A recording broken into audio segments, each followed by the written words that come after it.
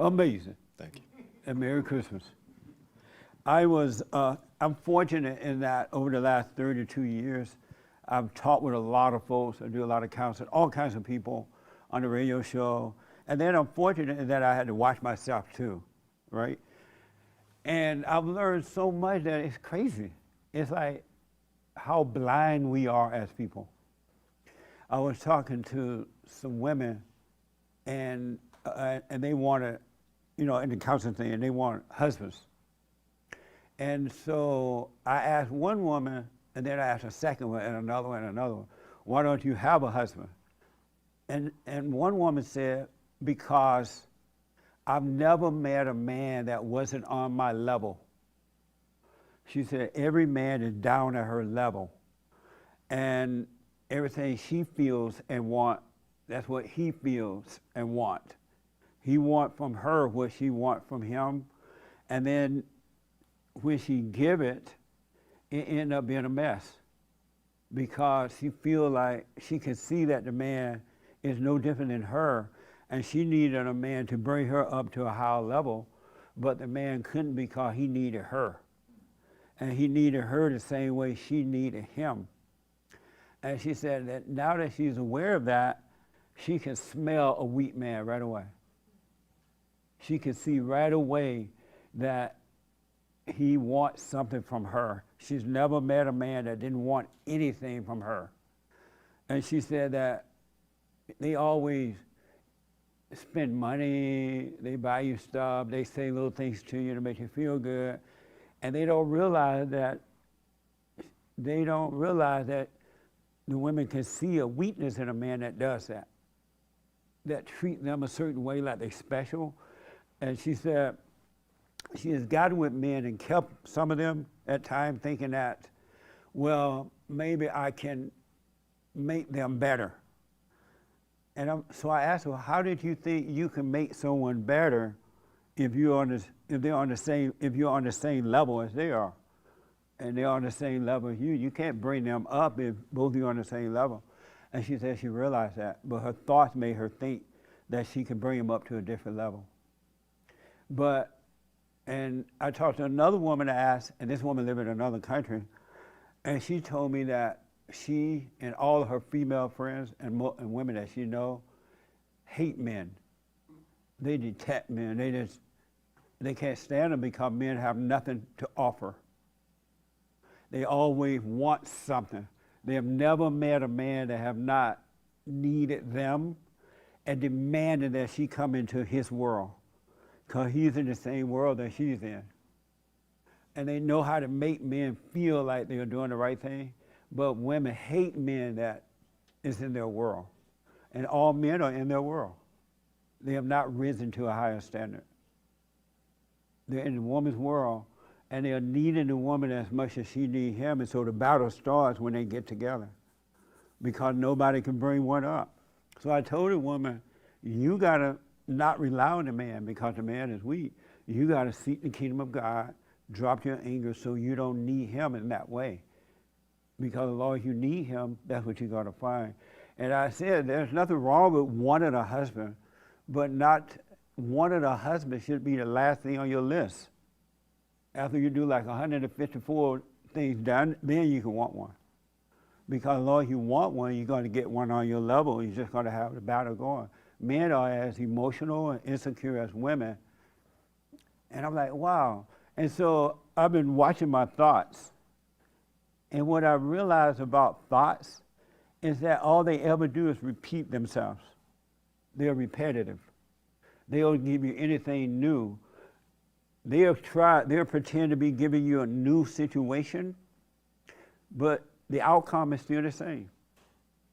The outcome of what it is, the outcome turned out to be the same because thoughts are on a very low level, and they can only give you low-level thinking and feelings and desires and things like that.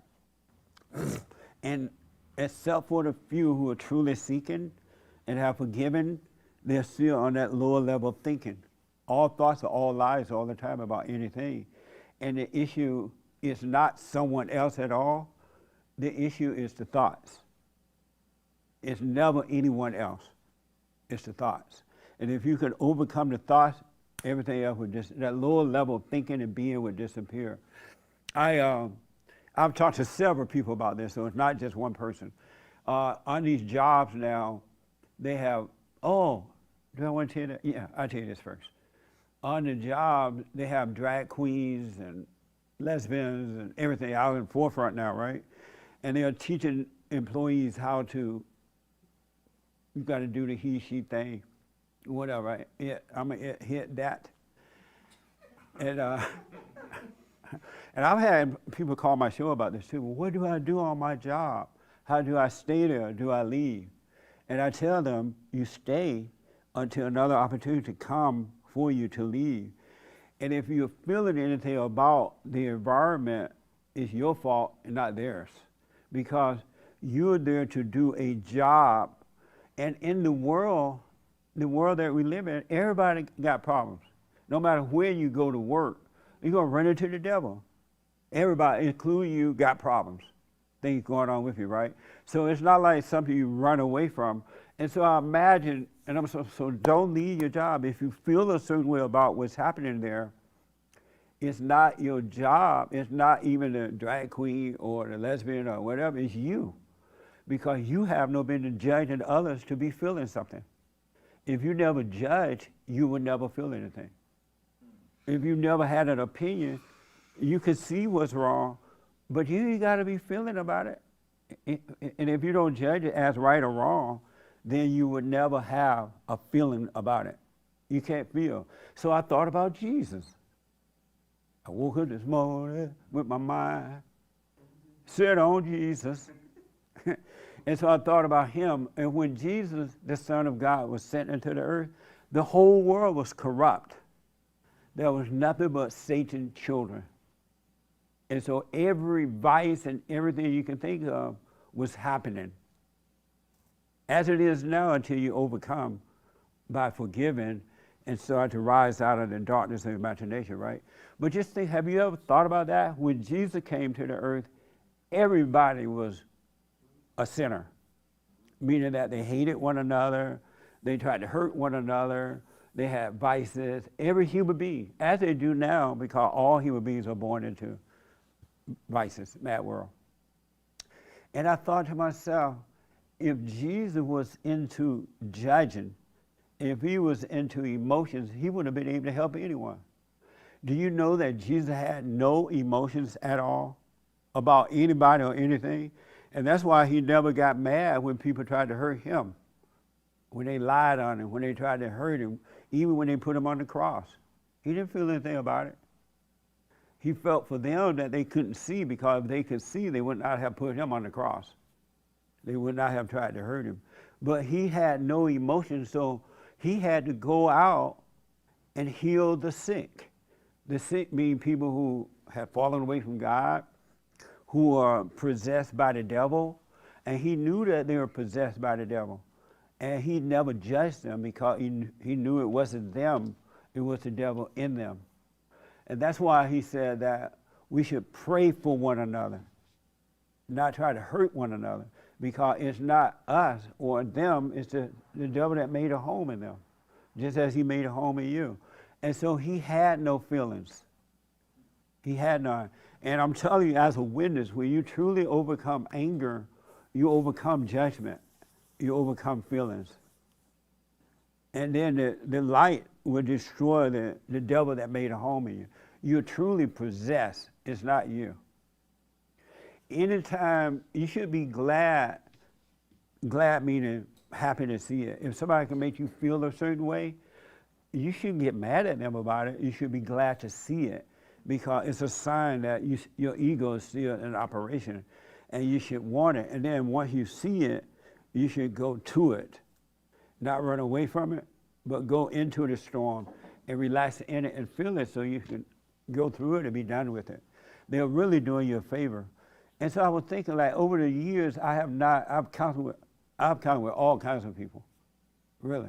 I really have, but I didn't know I didn't understand, but I just knew I didn't resent the people, because I didn't have the hatred in my heart anymore, and I knew they couldn't help it, right?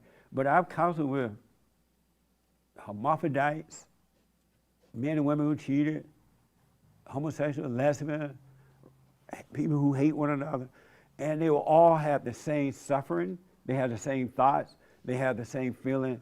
Ain't nothing different because it's of the devil. It's of the devil. And so you got, if you want to be free, and you can, you got to rise above that by keeping your eyes on those thoughts so that you can overcome the thoughts. The thoughts are your problem because the thoughts are of the devil. And Christ never, he told us, hey, y'all, pray for your brother. Love your enemy.